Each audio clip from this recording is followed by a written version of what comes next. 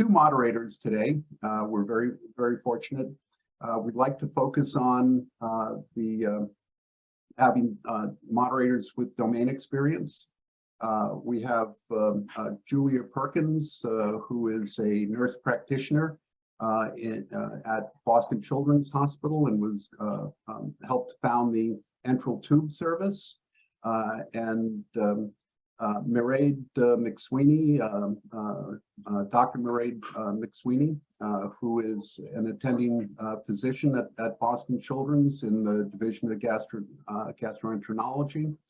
She's also co-director of the Enteral tube program. Before I turn things over to the moderators to introduce the talk and the speakers, I'd like to remind everyone that there is a QA chat and there is a regular chat. The chat is for everybody to talk with one another. If you have a question, please submit it in the QA chat.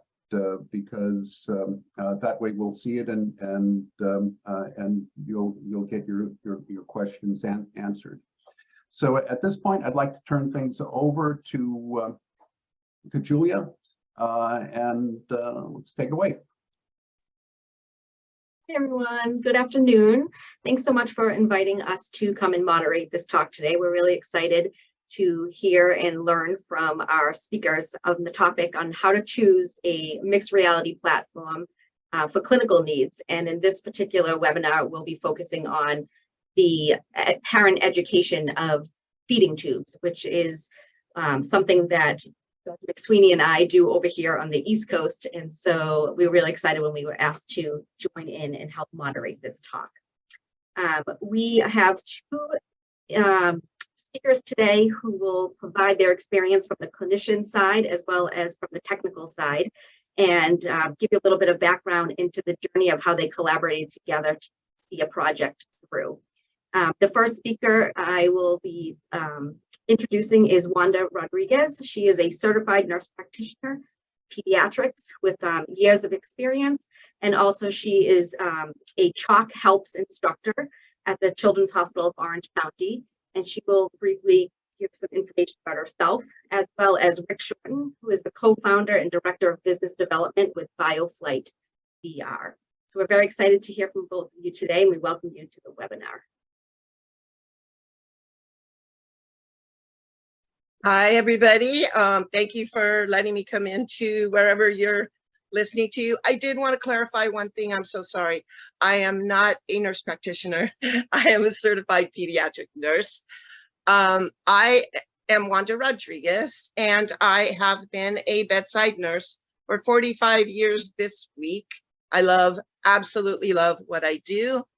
And I work at Children's Hospital of Orange County, CHOC, and I take care of 1-day-olds to 23-year-olds on the medical unit. I work with lots and lots of medical devices.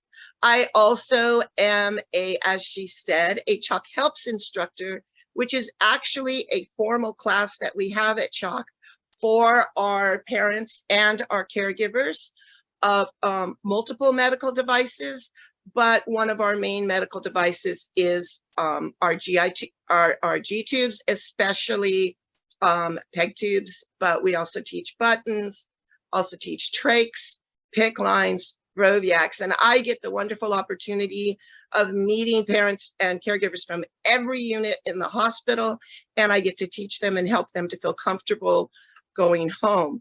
That is who I am, what I do at CHOC, but I also am co-innovator of CareXR, which is a virtual reality product and a mobile app. And right now I'm going to turn this over to Rick, and I'll be back to explain our journey and how we came about getting together. Thanks, Wanda. I am, as Wanda said, I'm Rick Shorten. I'm one of the co-founders here at BioFlight, and I'm based in Cleveland, Ohio. We have offices in Shreveport, Louisiana, and in Los Angeles. And so I head up the Midwest effort here with this group, and we've been fortunate to be collaborating with Wanda and Dr. Chogley and the innovation team for about years now. We started this back in the end of 2021, I believe, and we're just coming out of stealth, and we look forward to sort of sharing what we've been building, how we got together, how we've been building it, sort of the back and forth, and sort of developing the process and procedure involved in sort of extracting medical procedure knowledge and information and be able to turn it into something that everybody can kind of understand and access. So that's the brief. I'll get into some visuals and stuff after, but I think it's important to kind of understand where this came from and the intention of the product. And then we can get into some more details about the process. I'll turn it back over to Wanda. Well, I want to tell you about our journey because it was a very interesting journey. First of all, it was right when COVID started, and I was going to speak at a conference on Society of Pediatric Nurses on the classes that I do. And COVID came and it closed down, and I felt that everything got led after that. I was kind of at my work. They said, hey, do you want to go to a hackathon? And I had been to one before, and I said, sure, I love it. I love tech. And so, not that I'm very technical, but I really love all the different things. I tell people I'm one of the senior nurses at our hospital, and I'm totally into change. I love change. I have seen so many things come from it. And so we went to the hackathon, and there, Dr. Ashish Chogle, my partner and the innovator of this product, he is the chief of Gastroenterology at CHOC right now. And he came to me and said, we'd like to have you on our team. I kind of thought about it, and then I said, eventually I said, okay, and I came. And so we started working on the product, and eventually what happened is we began to partner with CHOC, and CHOC Innovation Lab really wanted us. So that's kind of our incubator. And so we went with CHOC Innovation Lab, and eventually they brought BioFlight on, and so we all worked together. Now, the thing is, it's been a really interesting journey because our product, I love our product. I love our product so much, and I believe it can change the world because our product is CareXR, and it is a virtual reality and now a mobile app, which Rick will talk about, to teach parents and caregivers how to take care of their medical devices at home. Because even our classes, they only get like 1 or 2 and they can come back, but they don't have it in the hospital or at home, where if they're thinking about, wow, do I remember what that was? Oh, how did she do that? And so what it is we have a video, which I write the scripts for, and I am the person in the video. And then we have an actual virtual reality in our virtual reality and more in our mobile app that they can watch what we do. And then they go and they actually do it. They do it by picking up the syringe, filling it with water. And this is all virtual or on the mobile app. So that's kind of where our journey started. We filmed videos. We are very, very hands-on. That's one thing I want to really say. Dr. Chogle, Ashish, and I have been involved from the beginning, totally hands-on with everybody, which is a very interesting experience. And it's been fun. It's been up and down. There's a lot has happened. So I hope your questions will come so I can explain a little bit more, but I'm going to turn it back to Rick. Thank you for the tee up here. I think since VR or mixed reality is show and tell technology, I'm just going to take a second here and just give you guys some quick visuals of what the product is, so you kind of understand exactly what it is we're working on here and how it all works together.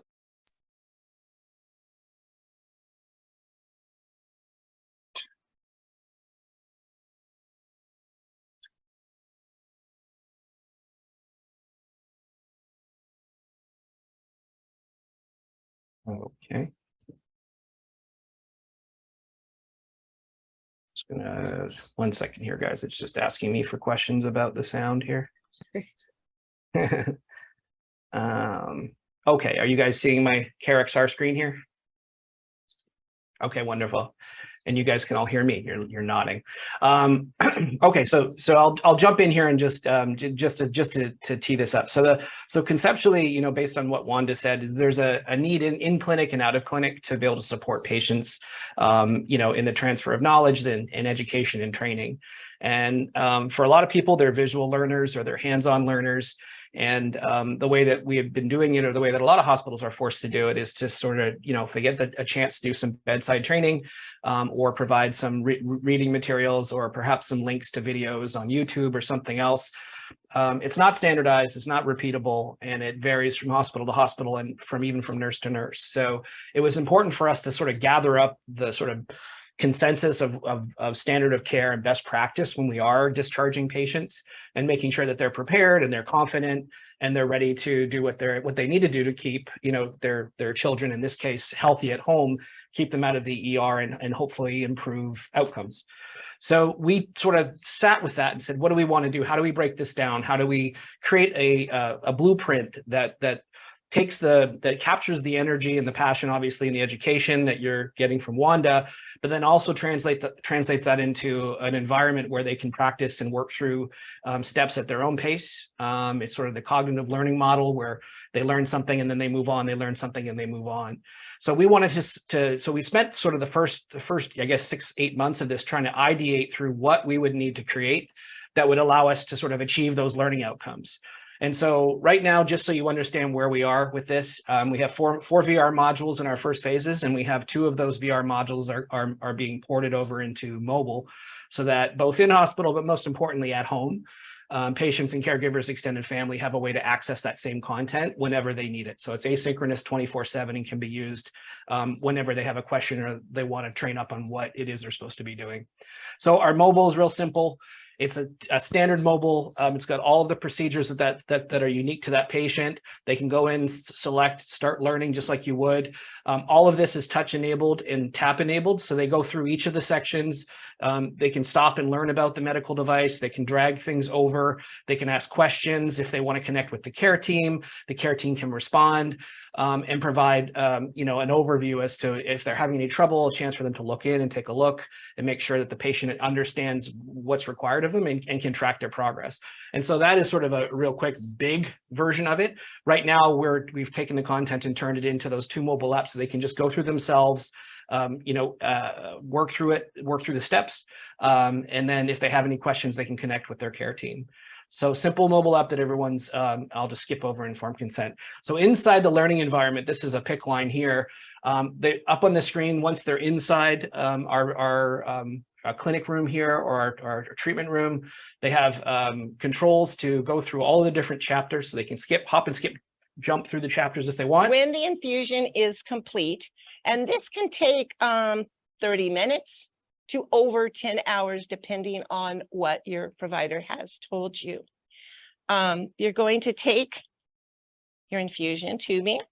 So I'm just going to stop it there. I'm not sure if you guys are hearing the audio on the video clip. If you are, oh, wonderful. So basically what we wanted to do is everything starts with Wanda's training. So we went and filmed Wanda. We got all the scripts done, and we got everything set up so that they have a chance to sort of do a passive learn, which is how she teaches the classes. And then they're asked to, once we'll all just jump ahead here so we don't spend too much time, then they're put into the virtual environment where they're prompted to go through those same steps that Wanda just trained them on.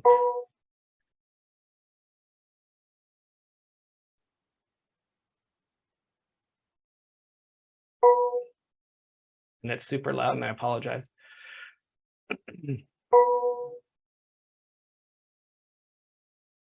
So again, the idea is that the steps are laid out the exact same way that Wanda teaches, but this is a chance for them just to rehearse and try it before they're asked to do it on their child.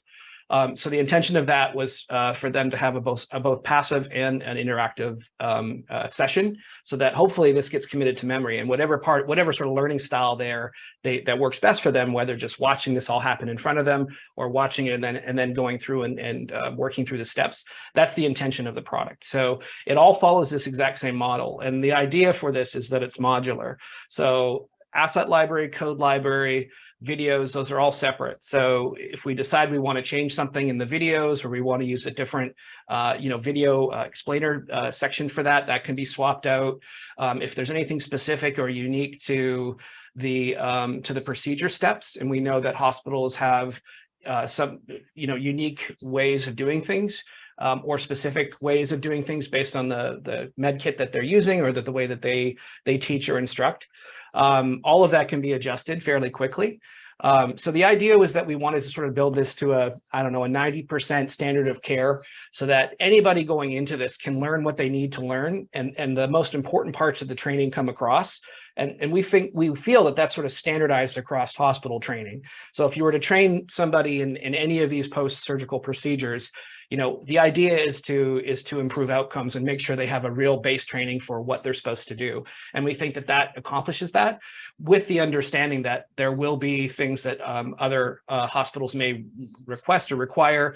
We try to be very specific about that, that everything should be driven from their care team. But we feel that this as a resource is far and away superior to the way that the resources that patients and providers have today. And so again, just real quick, and then I'll jump back to Wanda. But this is just the idea of being able to go into the environment, pick and choose what it is they want to learn, jump through it, and then be able to work through all of these steps in the order that they want to work through them at. So it's just practice, practice, practice, which we know is pedagogy.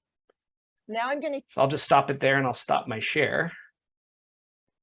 And Wanda, is there anything you want to jump into and speak to about just in regards to just the development of the app before we get into the process about sort of how we got to this place today? Sure. I want to just say a couple things. First of all, I want to make it very clear that we do have experts for each of our module. We're not just jumping in there and saying things. And also right now, once we've gotten to this point, I meet online, but with the developers, and we make sure that everything is clear medically before we let anything go out. And David does a lot. He does all the visual, he does all the art, he did all the filming, but now he's working with the developers. We are total partners in talking to the developers and making sure that they understand the medical side, that if the syringe is turned the wrong direction, this could happen. If they touch it, this could happen. And I'm sure being medical and them not being medical, it's been a very different kind of journey for us both. I've learned a lot of tech, which still I'm so far from that, let me tell you, but they've learned a lot of medical. And we, like when we filmed all the videos, we would film them in a day, and they're amazing. And we had, like I said, we had a great time. Right now we're doing pick, finishing just the last little pieces. And I'm going to go over all the information and make sure that it looks good. And then we let them know. And then Rick kind of takes care of that. And we have some other people. And then we meet once a week with Innovation Lab. We all meet together. So the biggest thing is, as he said, the collaboration. We found that if you do things in silos, you're not collaborating. And doing things in silos, everybody might be doing their little parts, but it's really hard to come together. When you all come together as a team and you're talking to each other and you're being transparent about what's going on and everybody kind of gets together, that's what's really brought this product to CareXR to fruition. And then before we jump into questions, I think, because the talk is about sort of how we've created this workflow together, I think that that's really critical. So if you think about where these ideas start, and they start with the subject matter experts, they start with like our panelists and Wanda, and they see a critical need or a way or a pain point, and they ideate on ways to develop this. And it's not always just MXR, but just in the flow of things and how they happen, how good ideas for change sort of move their way through medical institutions. A lot of times the expertise is there for the content part, but being able to translate that and put it into a form that's accessible is sort of that partnership. And I think that's, but again, finding that and getting that flow of information so that what we get from them, we can understand and digest, and what we give back to them can be reviewed easily because their time is precious, and that we have a process that we follow in order to audit, develop, create, do builds, turn them back over to our subject matter experts for review with very specific instructions and requests about what we want them to comment on. Because as you go, anyway, if anyone's built software applications, there's all kinds of ideation and builds and version numbers. And So you're talking about version control and turning things over. It was really important for us to just educate them on our process so they understand sort of what they can expect and when and what we need back from them. And that's been it's a huge learning curve. And honestly, I think that is where it kind of falls down, because I think for a lot of, busy medical professionals these days, having the time to take the medical hat off and then put on a technology hat and try to understand, a UI or UX questions, or is this the best way for us to present this, or how can we change that? It takes time. For sure, it takes time. And I think that the other side of it is for us to digest ourselves in the subject matter. So, one of our requests for any of our developers is they've gone through Wanda's training, whether it's virtual or through the videos. It's not a matter of just sticking stuff in there. They have to know the subject matter. Because it's not just steps. And when you're designing a medical training experience, if you don't have designers and programmers that understand the content sort of front to back, all kinds of stuff gets missed. And so, and we got tripped up on that originally, because this is a learning experience. It's an interactive, it's sort of a gamified version of training, but it's not a game. And it's very, very serious. Right. And we have to get things right, especially when you're talking about like the PIC line setup. Like we've gone back and forth many times about the way that you set up, the environment you would set up at home to care for your child. It's critical that you set it up and you don't contaminate things. And so just simple things of like, you can't just let them put a dirty, gauze piece back down in the clean side. Like that happened the first time. It's like, well, that can't go there, because if they do that, they're going to, they could contaminate that whole clean area that they had just set up. So just all of these little details are critical. But if you think about ways that that trip up parents at home, it is those little details. It's those little things like putting the dirty gauze or something, or the dressing back over on the wrong side, and then they wind up with an infection and they're back in the ER. So getting the little details has taken the most time for us. Getting the block building of this was fairly fast, but where we've spent since the start of the year is really dialing in all of the tiny little details and steps that not only make it easier for the patients to understand the why, the how and the why, but making sure that it's representative in the experiences that they're going through. So I think if there's a critical piece to this, if there's, and happy to answer questions about how we got to that place, but that's been the biggest learning curve on both sides, is just making sure that we can meet in the middle and that we have an understanding enough on both sides to be able to have constructive conversations, especially in the development phases. Can I say something real quick? I also want to say on the medical side, they'll send us something and we're like, well, why can't you just fix that? I mean, it's like simple, like you just turn the syringe around, and then you get with the developer and he starts showing you all the steps it takes to turn this syringe around. You're like, whoa. And I think that's the main thing about if you're going to be the clinician, you need to be hands-on so you know what's going on. I know a lot of people I was talking to we were just at Peach 2040, and they were saying they just kind of give the, like you bring it to the incubator, you give them your idea, okay, go for it. But if you're not involved in it, you really don't have any clue of what they're going through, the developers. It's a lot. And you're just like, well, you could just change that. So yeah, it goes both ways.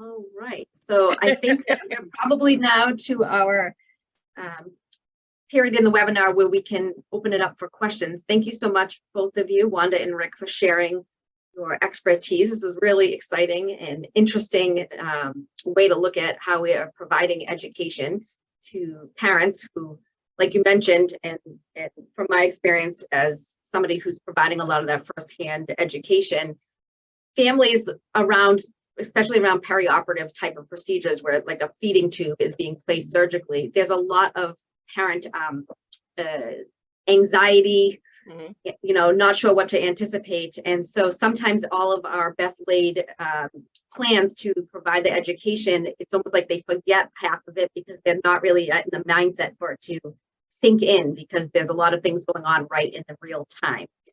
So to have ways, different modalities for education that they can go back to when they're a little bit more settled and be able to really digest the information and in a repetitive and consistent way is important. So this definitely hits those boxes for that.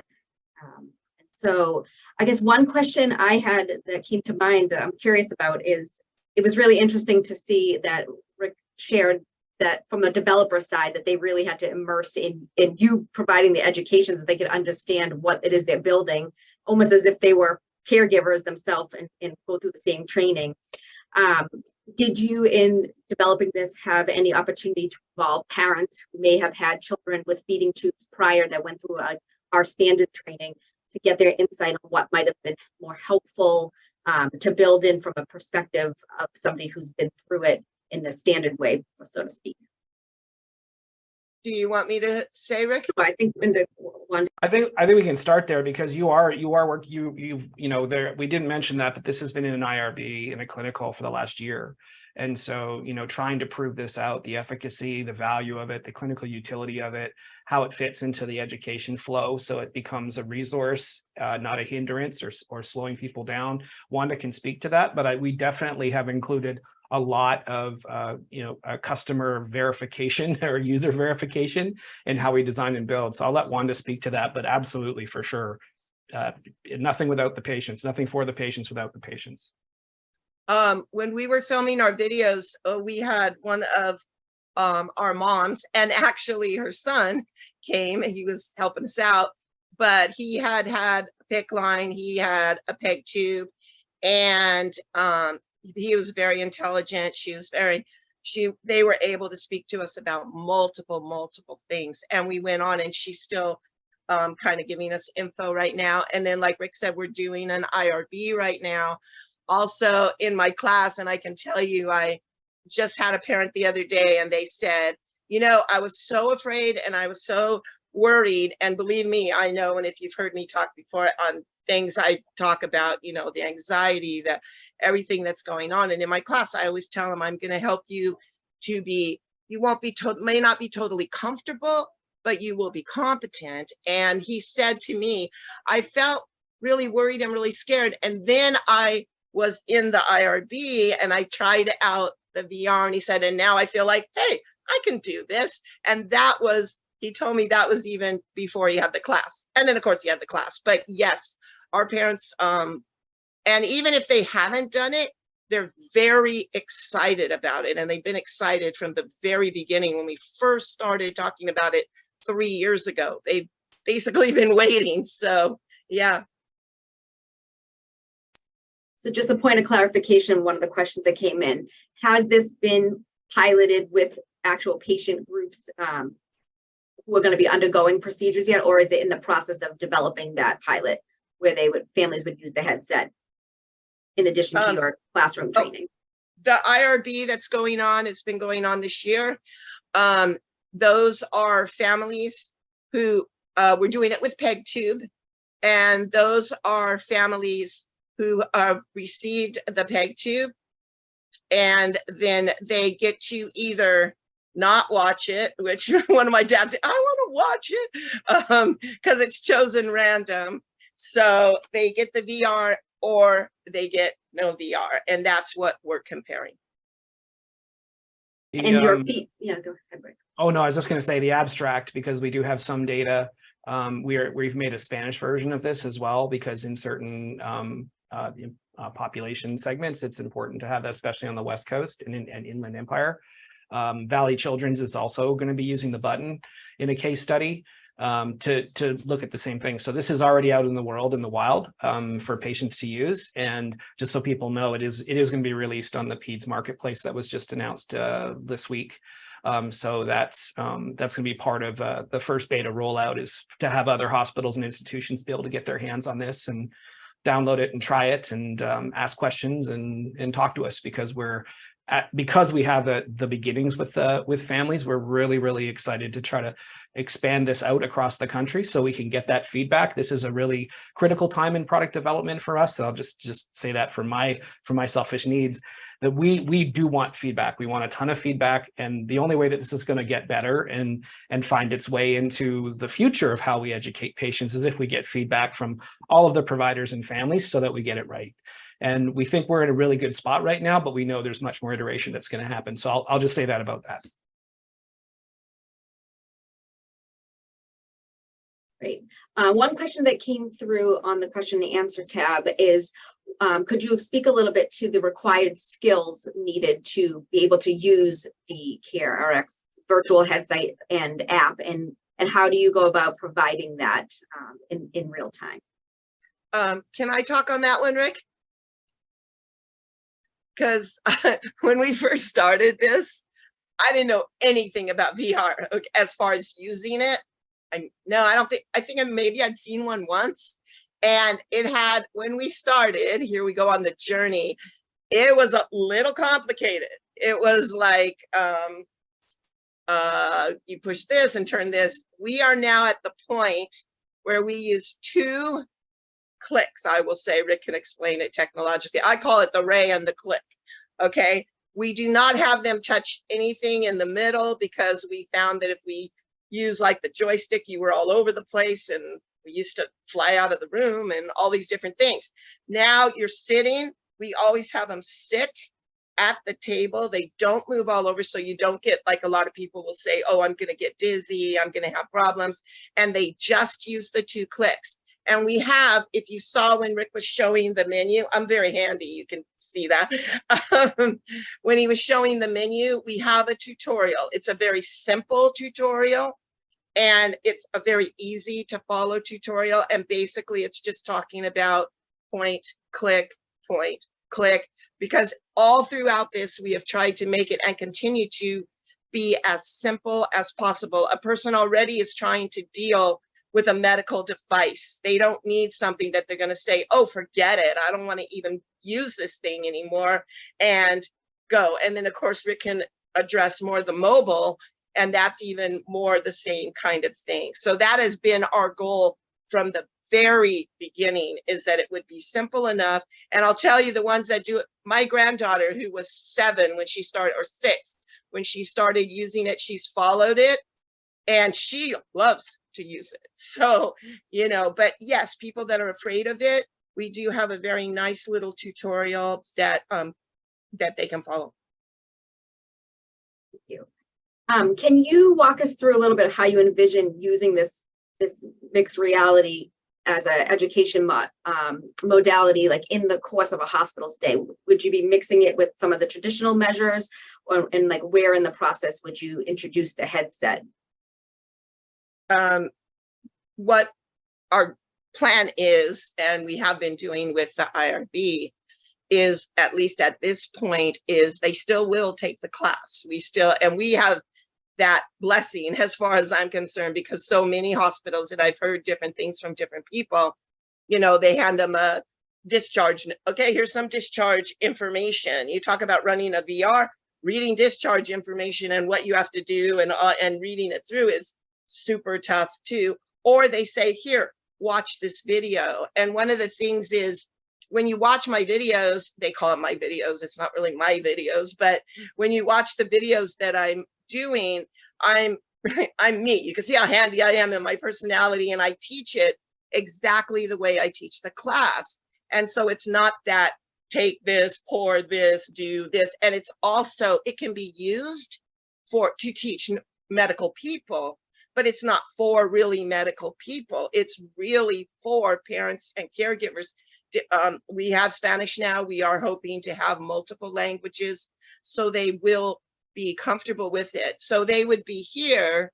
I think we're still talking about it, but originally we were going to have them watch it before they have the procedure, not the IRB, but when we actually come down to what we want to. And what we had always talked about is they will sit in their recliner in the room when everything is calmed down and maybe their child is asleep.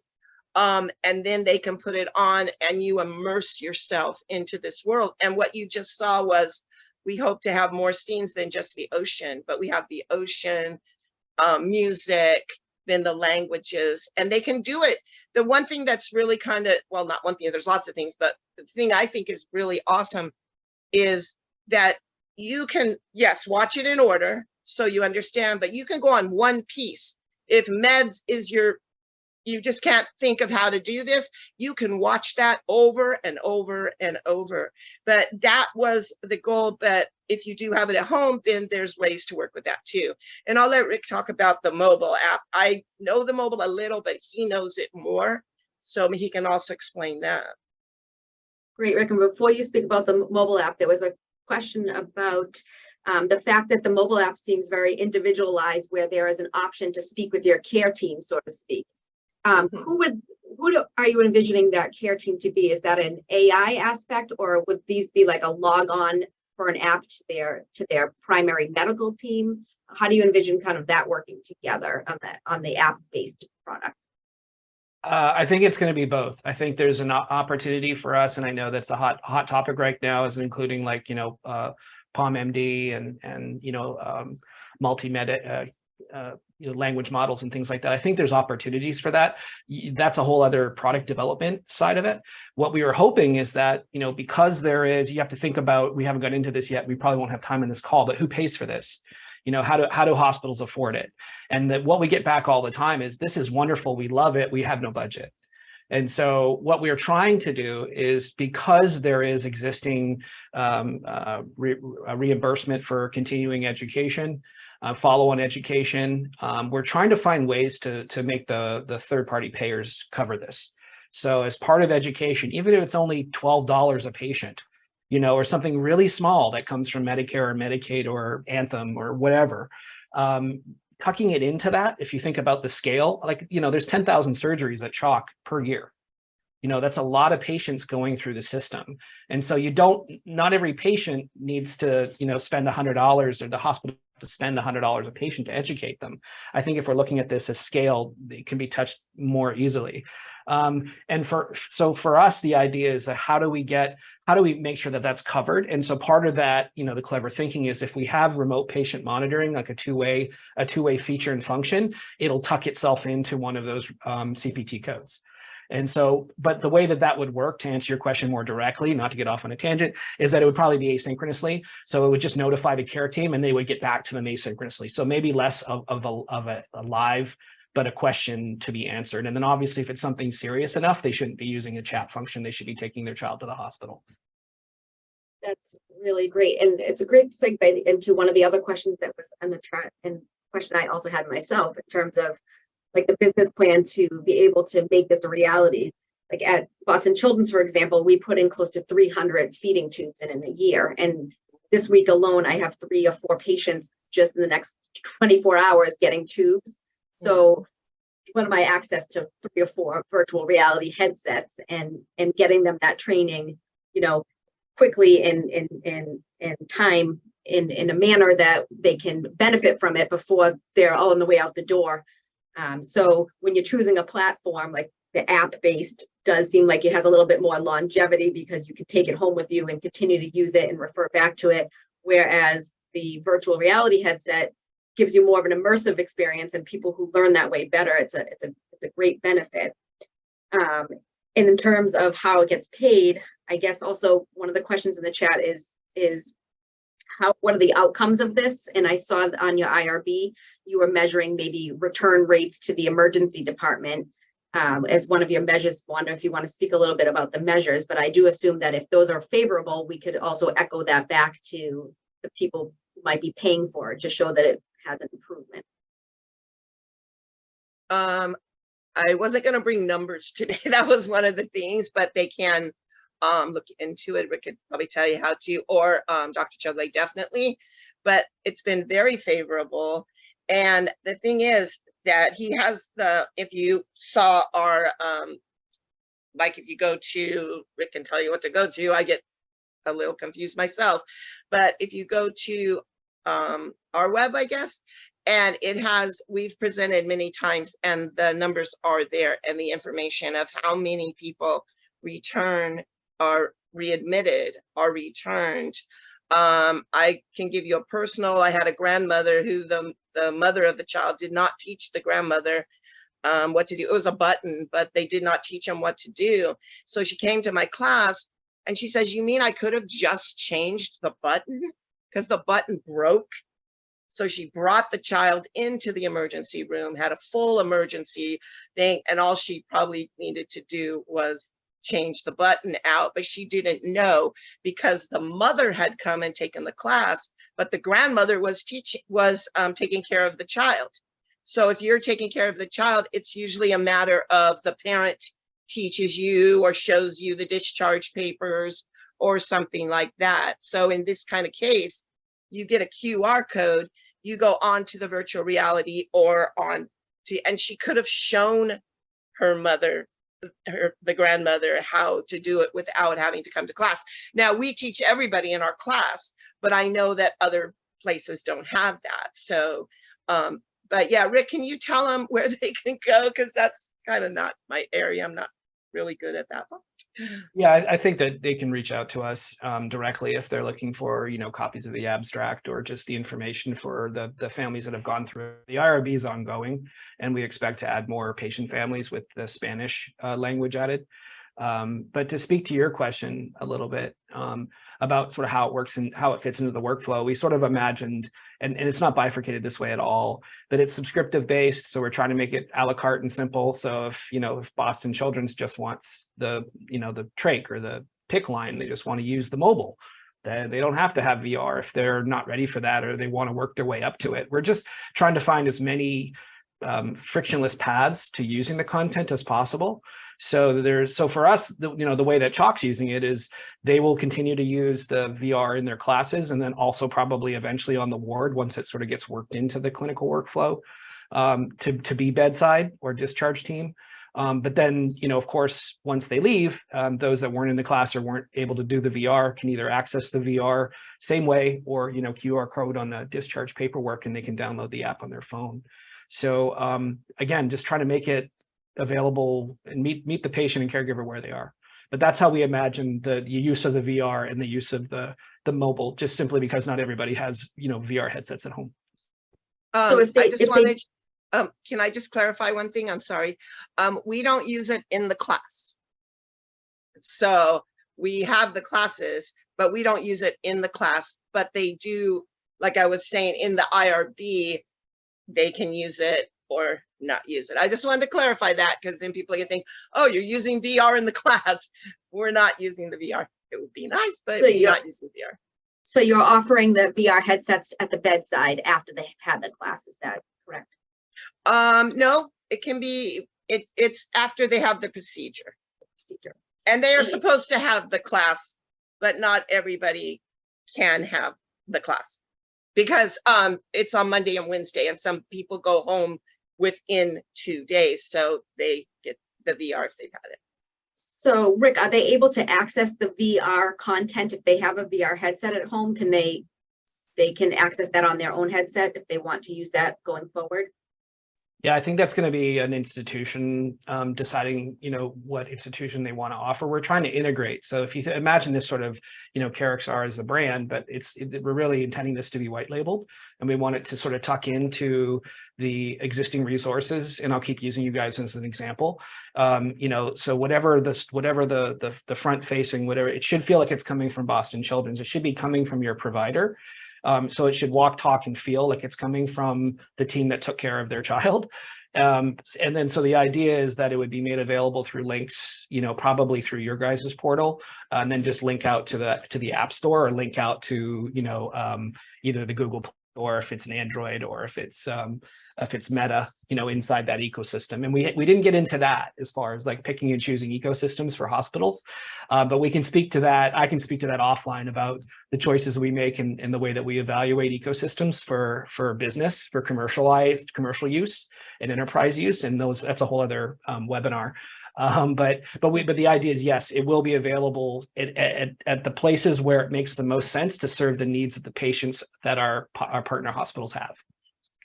Great. So we can pick our platforms based on our needs. Exactly. In alignment with that, I was wondering from both of you, was there any consideration given to augmented reality with some pediatric patients with chronic conditions who may need to, depend on medical devices long term? We try to incorporate their having some autonomy over their care. So I would just wonder if, on a 9 or 10-year-old put the headset on and look down on their own belly and see what it might look like to have a feeding tube in place, you know, as part of the education process before, or if there is any space to maybe add an augmented reality to this project. Just curious, and there's questions in the chat along that line as well.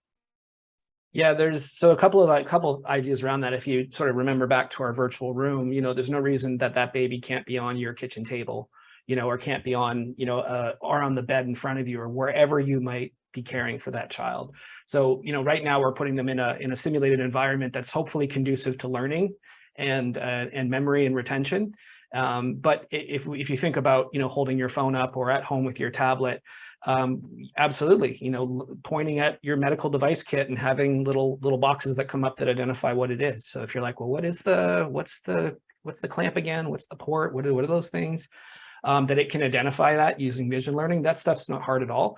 And we already have the library, so we already know what those things are and what they look like. So we're talking internally about adapting some of the training for specifics around med device. You know, like that's an example. We hadn't thought about the idea of sort of pointing it at a child and then seeing what that's like seeing what that might look like as far as getting comfortable with that idea. I'm sure it's very traumatic when you, as a child, when you come home and then there's something there that wasn't there. So that's an interesting concept, but yeah, not hard at all. And I think that's the beauty of the mobile opportunities, is people are already used to the kind of idea of filters and AR, and, you know, whether they're shopping or putting a sofa in your living room that's not really there. I think there's tons of stuff that we can launch off of the mobile. Great. There's a question in the chat for Wanda. So as we know that there is a shortage of nurses coming through, right? It's going to only get worse as time goes on. And then in addition to that, we do have a new shift now where a lot of the nursing workforce has less experience. We have a group of less experienced nurses, sort of, we feel it in our hospital as well, with not as much seasoned experience. Was there any thought of whether or not this product could be used for education of the nurses as well as caregivers, and how do you see that working? Absolutely. You know, I'm very into teaching my families and caregivers. And one of the things that my manager actually said was, yes, use it for that, but also it can be used to teach them how to teach families, because teaching families, it's like when people always say, and I know that many hospitals do this, and even we do it. Like I said, we have Monday, Wednesday classes. They tell them, okay, they'll teach them at the bedside. But then you have all kinds of different nurses. You have travelers, you have new nurses, you have all these different nurses teaching at the bedside, and everybody's a little different. Everything is a little different. And one day, I'll just give a real quick example. I had a 15-year-old, and it was actually the discharge nurse. She's very good. She knows what she does. She went in, she said, Wanda, I'll teach her. And she was my patient. She goes, I'll go in and teach her. She started teaching her, and the kiddo was kind of like, yeah, whatever. And so, and I love teenagers. Believe me, I do. Junior high is my favorite age. School age and adolescent is like my world. But I came in, I said, let me teach her, because it's okay. You can go do, and she's my patient. I've got a little bit of time.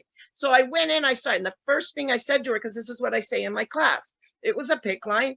And I said, so this PICC line goes into a big vessel that goes to your heart. And she said, it goes to my heart. And that changed everything.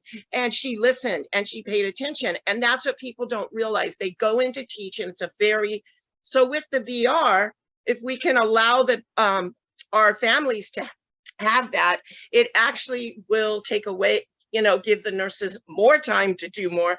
But teaching, educating with it for the nurses, absolutely. We totally believe that this is a perfect tool to educate our nurses, just what you just said.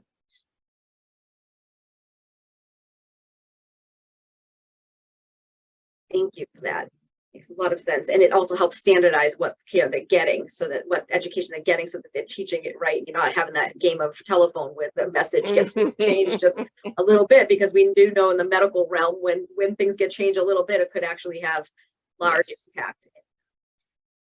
Another quick question about the logistics of the technology.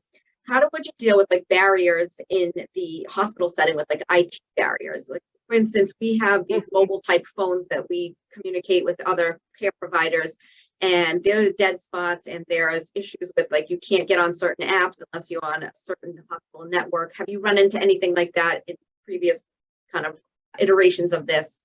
And just a little kind of feedback on that. Probably Rick could answer that. You take Yeah, that one. No, that's good. There's always a challenge. I think, and again, we haven't talked about HIPAA. We haven't talked about other security considerations. IT teams at hospitals, their first answer is no. Their second answer is no. Their third answer is no. So it's really hard to integrate new device or anything that's going to like potentially talk to the outside world. And so the way that we do this is the headsets are locked down. Just as an example for the VR, they're locked down. They're in kiosk mode. Nobody's downloading games. No one's logging in under any other use case. They are single way terminals. So for the hospital, because we know Wi-Fi is spotty in the hospitals, it doesn't phone home. So right now we're sort of treating those as sort of dumb terminals, so that the content is there, it's available to them, it's accessed, and they don't have to go for permissions, they don't have to log in, they don't have to do anything. It just really becomes, like Wanda said, 2 clicks and they're into the experience and they're working through it and learning. I think down the road, that starts to get better and we have dedicated medical device networks and things that we can tap, I think we could put it onto the network for other metrics, to be able to capture user metrics and things like that, which I think are long-term, they're important. Now on the app side, absolutely, we can track patient when they're out of the hospital and using the app, whether they download it or whether they're streaming it. And we can follow along and see their progress and see what they've gone through and all of that stuff, just simply because it's easier to run a network like that. But inside the hospital right now, we try to just strip away all of that for the issues that you mentioned. It's more about just getting this in front of the patients and letting them use it as a resource than trying to navigate some Byzantine, Wi-Fi protocol that hospitals have.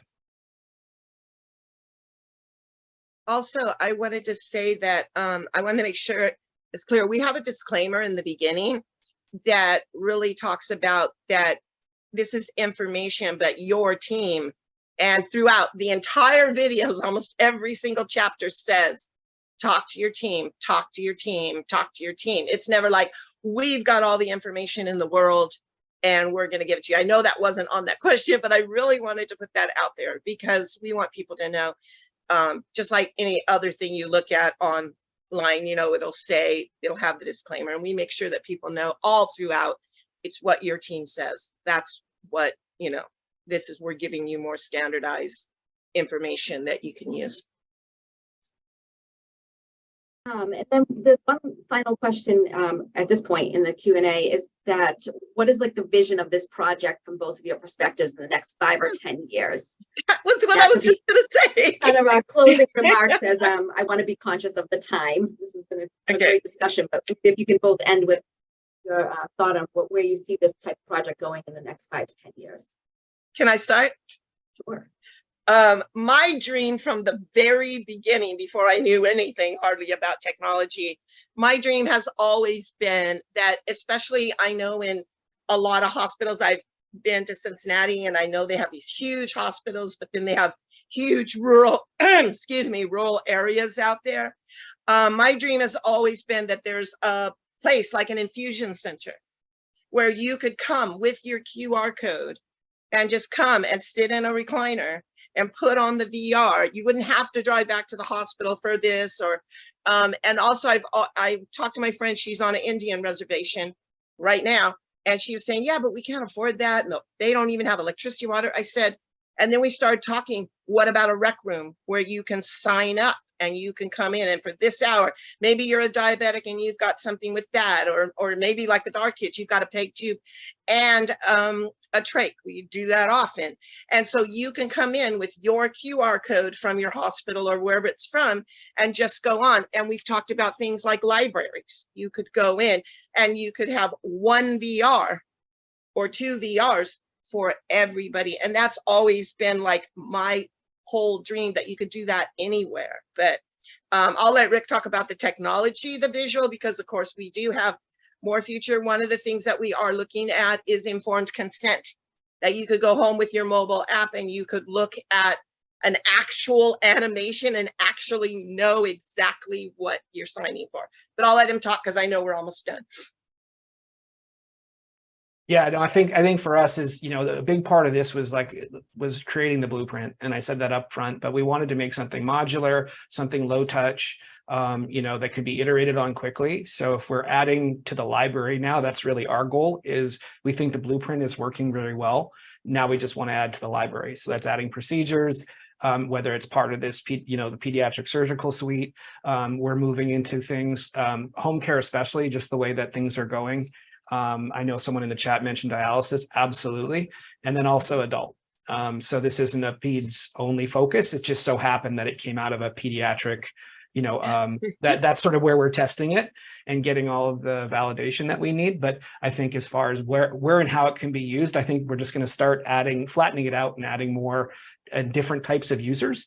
I can't speak to it specifically, but there's a big home healthcare, in the county home healthcare, they want to use this for their 3,000 nurses to be able to have them to be able to care for patients at home. So I think there's a lot of use case built on this template.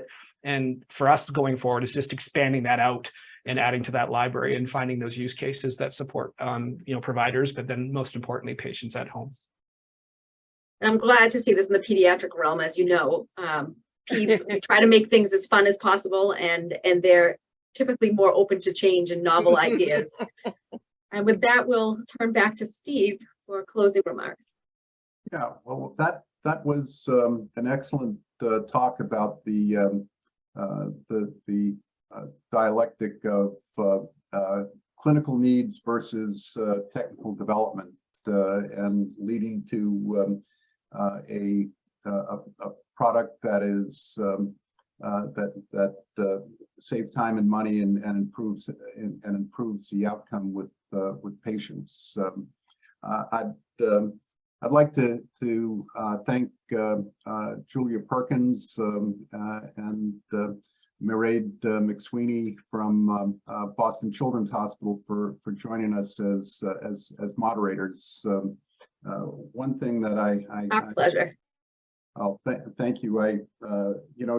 The two children's hospitals here, on the West Coast in Orange County and in Boston, has a real sense of mission. I've had the opportunity to work with Jeffrey Jacobson, Kate Donovan, David Hoganson from Children's, and the sense of mission and commitment is clearly there. And I can also see the same in Wanda, and very much appreciated. Rick and Wanda, thank you so much for putting together the talk and joining us. I think you help bridge the gap for the number one reason that, that medical XR fails, which is having a designer developer who has invested the time. It takes a couple of years before you even speak the language and understand the systems to be able to talk to clinicians to build a useful tool for them. It's not fun and games when it comes down to the clinic. It's work, and it's improving the process and improving outcomes. So thank you very much for joining us. We are going on hiatus for the month of August, and we'll be back in September. We have Dr. Cohen, Dean of the Carla, Illinois College of Medicine, who will be talking about streaming, using augmented reality to stream rounds while educating doctors, which is a pretty interesting talk. On that note, that'll be on the September 13th. We'll let you know. We don't have it up on the website yet. So I'd like to thank our audience, moderators and speakers. This will be on our website in about a week. So if you want to share it with your friends, you can. and have a wonderful rest of your day, and appreciate the contribution of everybody. Thank you. All right, thank you.